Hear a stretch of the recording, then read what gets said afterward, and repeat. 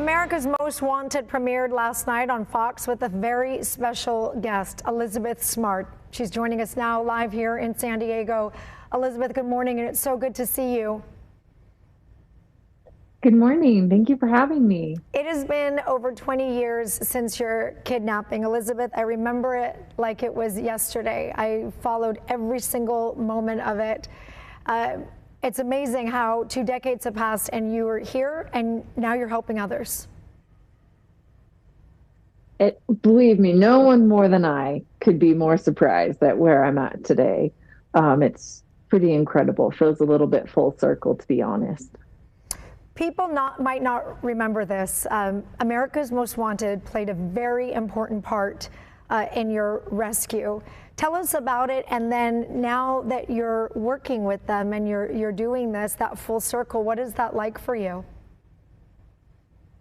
Yeah, so while I was kidnapped, it was my younger sister, Mary Catherine, who she was in her room, and my dad came in and she said, "Dad, I think I know who kidnapped Elizabeth."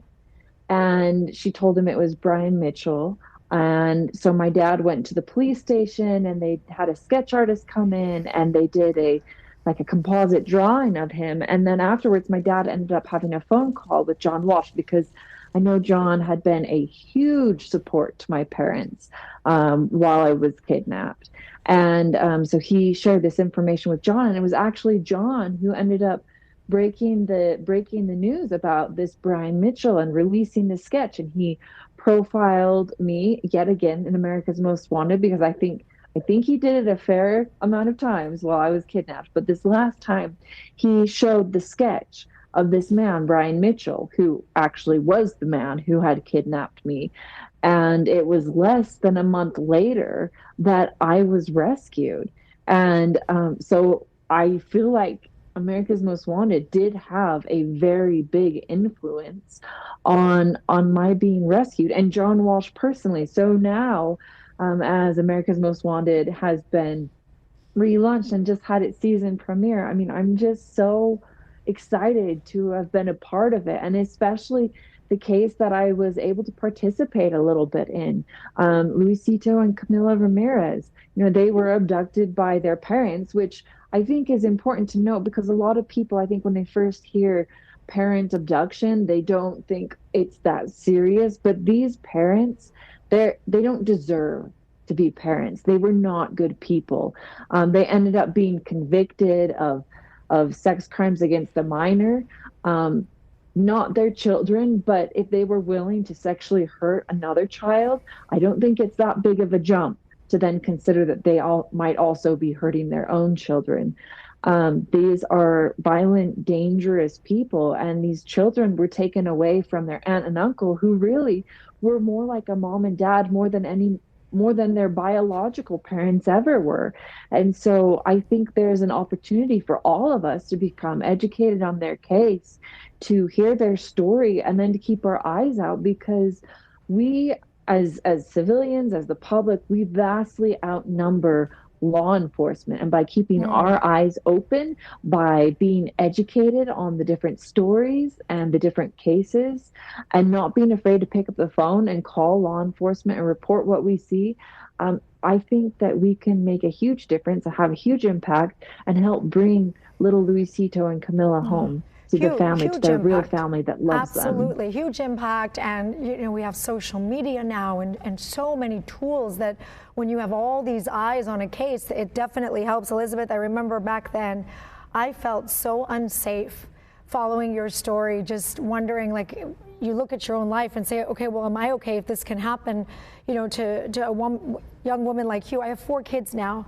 I have conversations with them all the time. A parent never wants to think, but for like one moment it takes like this and your life can completely change. So given what you've been through, what would you tell families and kids right now who would be watching based on the lessons that you've learned in your life? First of all, these are conversations that you should be having regularly, because there's not just like, if this happens, then this. There's no like one size situation fits all. There's so many different things that can happen. I mean, for instance, Everyone knows my story of being kidnapped, and I've been through self-defense classes. I've thought about what we have dogs, we have a security system, we have all these things put in place to protect us while we're at home.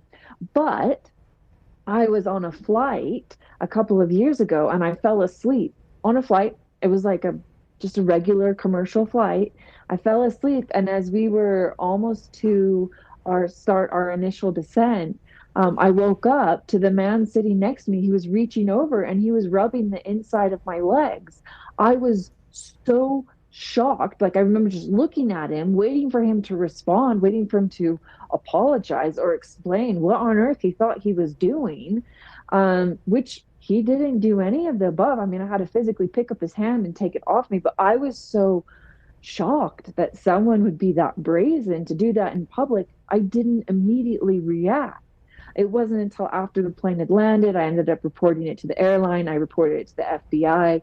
I pursued it as far as it could go. But there's situations all the time that you wouldn't think things could happen in, but they do. So that is why this needs to be an ongoing conversation. It needs to be something you're ongoing, like practicing, and being aware of, so that it becomes second nature. Because if you only talk about something once, I mean, you're probably not going to remember it when you need it, or you're going to freeze like I did. I mean, I talk about this all the time and I still froze. There's nothing wrong with freezing. But if you are practicing something so that it becomes second nature, like, let's give each other as many tools as possible to protect ourselves from these very situations. It's very good advice. I am so sorry that happened to you.